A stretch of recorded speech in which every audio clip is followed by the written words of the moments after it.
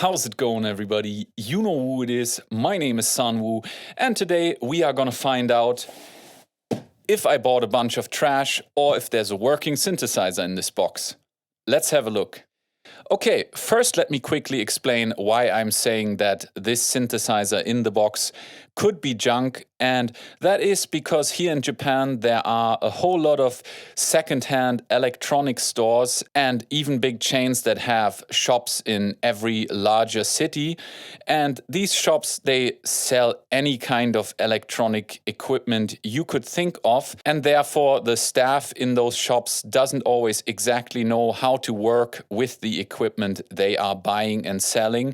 And sometimes if they don't have a clue about the device, or if they are just not 100% sure that the device is in fully working condition, they sell these devices as junk items, meaning they don't guarantee anything. The device could be perfectly fine, or the device couldn't even turn on. They don't give you any guarantee of what will happen with this device. And of course, that means that those devices are priced lower. In this case, I was bidding on an OP-1, which I managed to get for around $550 about, which of course is a great price if the OP-1 works, and is not a great price if the OP-1 doesn't work. But so far, buying stuff in these junk sales, I have made great deals, and you can really get very, very lucky when it comes to buying music equipment here in Japan. I mean, I've bought a Korg Triton for 18,000 yen, which I don't know, is $140 maybe, no, 140 euro. Maybe $170, I don't know, something around that. But you can buy very cheap electronic music equipment, and sometimes you just got to take a chance when it comes to buying used gear.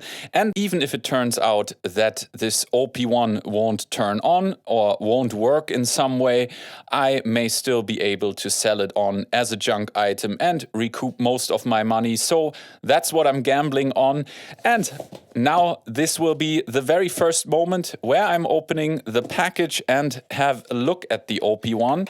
Now, be forewarned, this OP-1 won't look like a pristine Instagram OP-1 that you see everywhere. The keys are yellowed, and that's probably what made the price even cheaper, and that's why I went for it, because I don't care about the cosmetics as much as I care about it working. So, let's open it.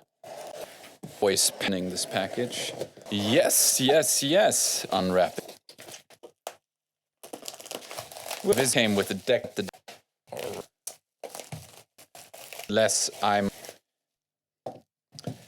All right. Yeah, so I don't expect it to turn on right now, but nevertheless, I'm going to try. Yes, just what I thought. Okay.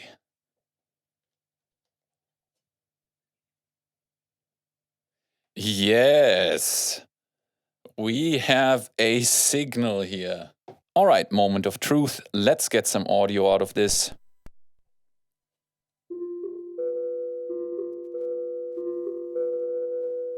So there's some kind of signal, only on one side so far, but maybe it is panned for some reason. The mixer is here. That could also be my patch bass, so let me quickly check that. Oh yes, so it seems we are getting a stereo signal right here. Well. Happiness factor is on a zillion already.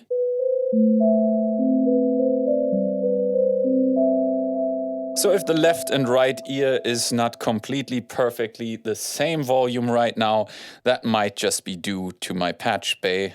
I will have to, of course, check the line input in a minute, as well as the microphone. So how about... by the way, I'm a noob on this, so we are just testing out things. I'm gonna go to the sampler. Yes, and now I can sample, and I've got the microphone turned on. Yeah, I'm so happy. Okay. Yeah. Sorry for my voice.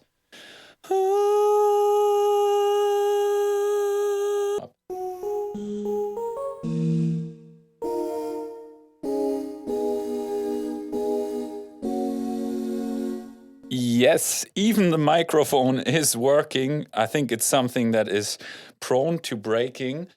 Now, how do I turn the speaker on and off? Yay!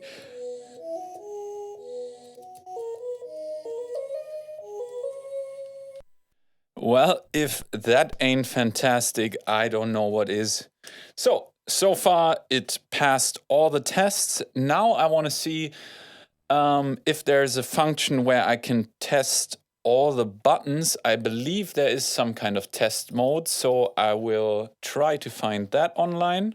Thank you, dethroned dictaphone on Reddit. Your comment came up first, so I hope I'm not destroying the thing by doing this now, because otherwise it clearly is your fault. Let's turn it off and turn it on while holding the COM button. Okay, function test.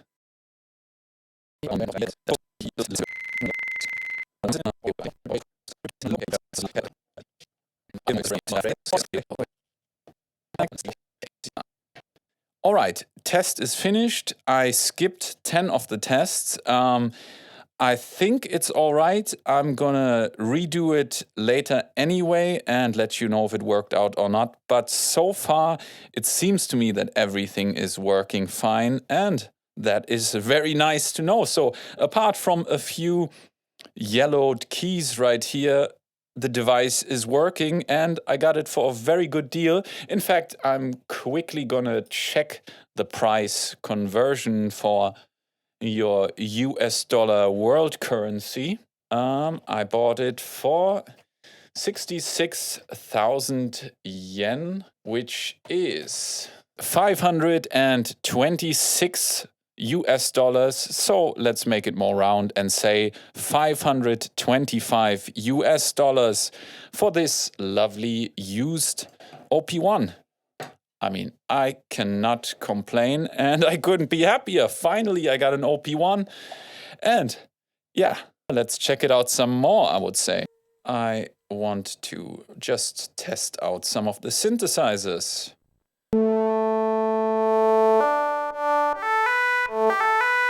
Sounds like bagpipes.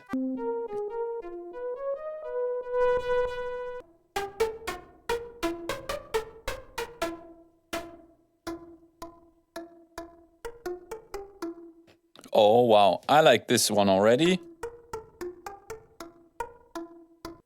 Yeah, very, very nice. Let's have a look at the different effects.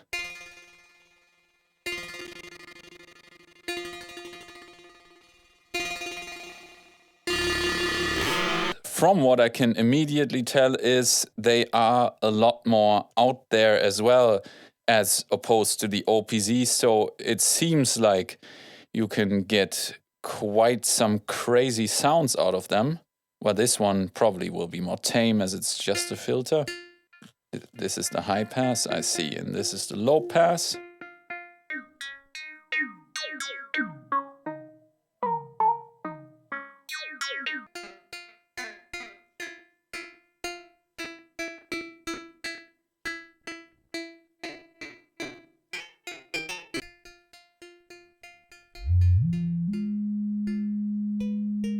Let's check out the DNA synth, drugs and alcohol, and change the effect to be a simple delay one. Yeah, I like the visuals for this one. That's cool. All right, here I think an LFO could be very useful to modulate the delay.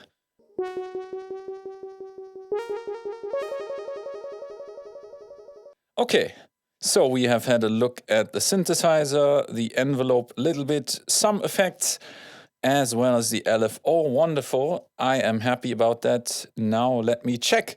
What did the previous owner do on the tape?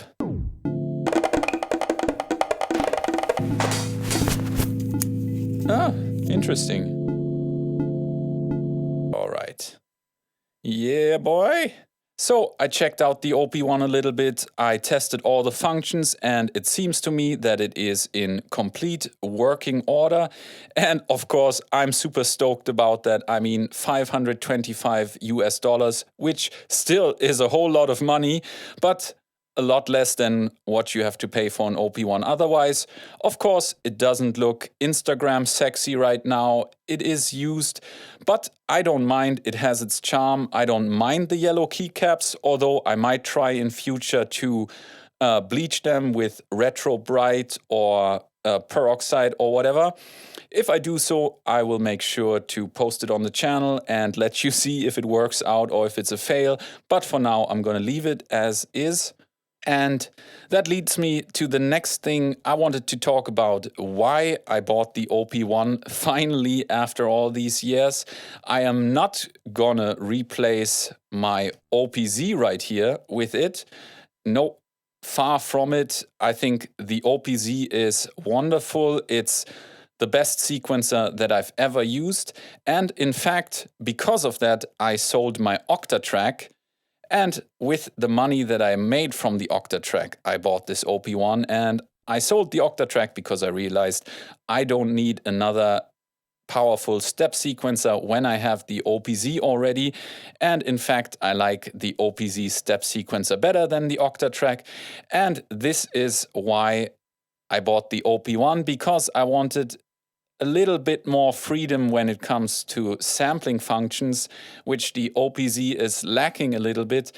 And the OP-1 gives me a little more freedom to use longer samples, at least record longer samples to the tape track and then resample them and put more effects on it and such things. And what I also like about it is that I could record a whole take of vocals on one track if I feel like it, or just record my vocals bit by bit and therefore build up the lyrics for a song, for example, which I find very interesting when writing rap lyrics. It goes line by line, I come up with this stuff, and so I could just hit record, say out the line, stop again, think about what I'm gonna rap next, record that, and so on, and therefore build my songs that way, which is very interesting to me.